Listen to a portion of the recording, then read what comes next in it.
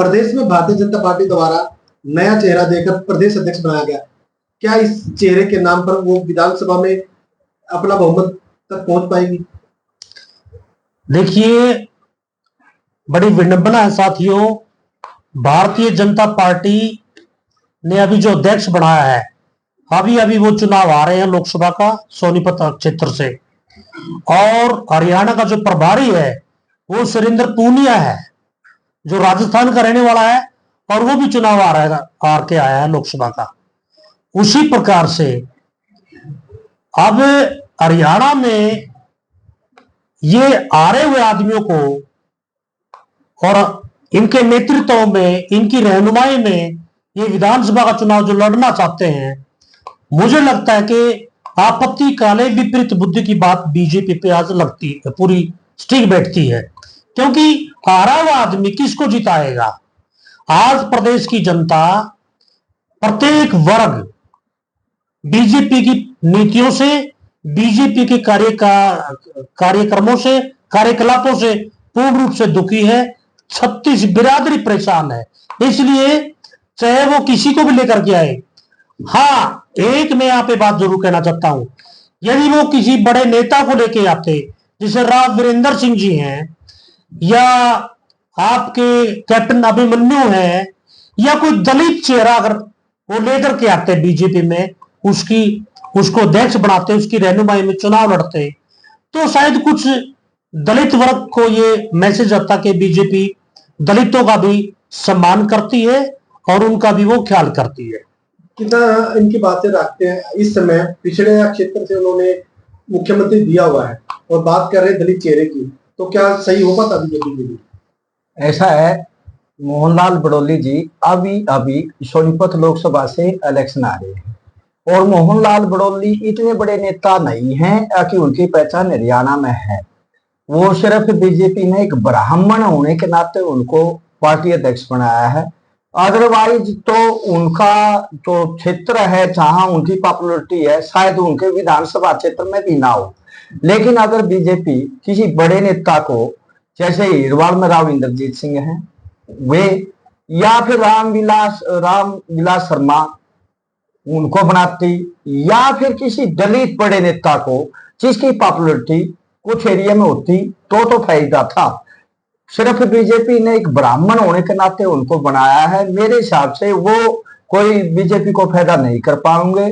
और अगर वो है ना, बीजेपी जो सतीश पुनिया जी आए हैं, सतीश पुनिया है जो वहां से राजस्थान से, वो जाट हैं और ये ब्राह्मण है। सिर्फ बीजेपी का टारगेट इस इलेक्शन में जाति पाति पर इलेक्शन ले जाना है विधानसभा का, और मुझे नहीं लगता कि बीजेपी इसमें कामयाब होगी, क्योंकि पिछला तो लोकसभा चुनाव हुआ है, उसमें 5 सीटों पे कांग्रेस जीती है और 5 पे बीजेपी जीती है, और कहीं भी ऐसा नहीं लगता कि ये इलेक्शन जात पात पर था। बीजेपी का सिर्फ टारगेट है ब्राह्मण चेहरा लाकर कि वो जाट बनाम नॉन जाट का इलेक्शन विधानसभा कर सकें, और इसीलिए जो भी नियुक्तियां हो रही हैं बीजेपी में, वे सारी नॉन जाट नेताओं की हो रही हैं। अगर इसकी बजाय तो अगर बीजेपी कुलदीप बिश्नोई को अगर अपना पार्टी अध्यक्ष बनाती तो उससे शायद फायदा होता, क्योंकि जो कुलदीप बिश्नोई हैं पूर्व मुख्यमंत्री भजनलाल के पुत्र हैं, और उनकी हरियाणा में कहीं न कहीं साख है। तो ये जो मोहनलाल बड़ौली हैं, इनका इतना बड़ा नहीं कि जनाधार है, इसलिए मुझे नहीं लगता कि बीजेपी को इससे कोई फायदा होगा। तो फिर ऐसे में अगर पिछड़ा चेहरा उन्होंने मुख्यमंत्री के तौर पे दिया है और एक सवर्ण के तौर पे ब्राह्मण को दे दिया चेहरा, तो जाट की बात की जाए, जाटों ने इस बार बीजेपी का काफी विरोध किया था और उसका खामियाजा बीजेपी को भुगतना भी पड़ा, तो क्या वो जाटों को साथ पाएंगे? अभी मोहनलाल बड़ौली जी का जो जनाधार, मैंने पहले भी कहा है कि वो एक क्षेत्र तक भी सीमित नहीं है, कि वो सोनीपत से बिलोंग करते हैं और राय विधानसभा उनकी सीट है। राय विधानसभा में भी आने वाले इलेक्शन में शायद उनको बहुत तकलीफ आने वाली है, जहां से वो इस टाइम पर विधायक हैं। रही बात पिछड़े वर्ग से, पिछड़े वर्ग में 2 हैं, एक ओबीसी, और ओबीसी वर्ग से ये अपने नायब सैनी जी हैं, और एक है अति पिछड़ा, जिसमें कुमार है, लुहार है, मनियार है, नाई है, धोबी है, उनमें इसको इसको ये नहीं मानते। तो नायब सैनी जी हैं, ये सैनी समाज से है, और सैनी समाज इतना पिछड़ा नहीं है जितना नाई धोबी और वो हैं। सैनी समाज में तो कहीं तो बहुत ज्यादा जमीन भी है, जैसे नायब सैनी जी हैं जिस क्षेत्र से आती है वहां सैनियों का दबदबा है, वहां उनके पास प्रॉपर्टी है, खेती योग्य जमीन है। अगर आप ये मानते हैं कि नायब सैनी से सारा ओबीसी वर्ग या बीसी वर्ग खुश हो जाएगा, मेरी ऐसा मानना नहीं है। तो यही लोकसभा चुनाव हुए, इसमें भी सैनियों ने बढ़ चढ़ के बीजेपी को वोट दिया था, ठीक इसी तरह से ब्राह्मणों ने भी दिया है। अगर ब्राह्मण नेता की बजाय बीजेपी किसी कास्ट से लेती, जैसे किसी कुमार को ले लेती या मनियार को ले लेती या लोहार को ले लेती, तो उसे बहुत ज्यादा फायदा होता मेरी सोच में। तो क्या जो पुराने बीजेपी के लीडर रहे हैं, चाहे वो अनिल विज है और पुराने साथी हैं, क्या वो इस नए नेतृत्व के अंदर काम करना पसंद करेंगे?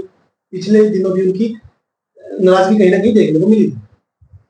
इसमें एक बात और आई है निकल के, चाहे वो पुराने नेता है या सीनियर नेता है, आज कोई संतुष्ट नहीं है, अंदर से सब परेशान है।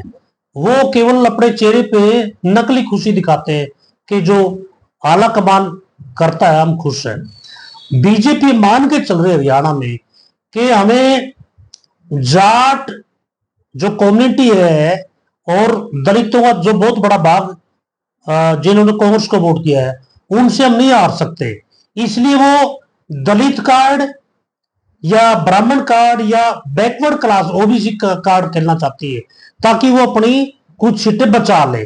पर मैं उनको ये बताना चाहता हूं, वो कोई भी कार्ड खेल ले, थोक में विधानसभा के चुनाव में ओबीसी के बहुत से लोग, हालांकि लोकसभा का मुद्दा अलग होता है, विधानसभा के मुद्दे अलग होते हैं। ओबीसी और दलित वर्ग जो पहले लोकसभा में जितना वोट प्रतिशत उनका आधा, अब विधानसभा में बढ़कर के आएगा।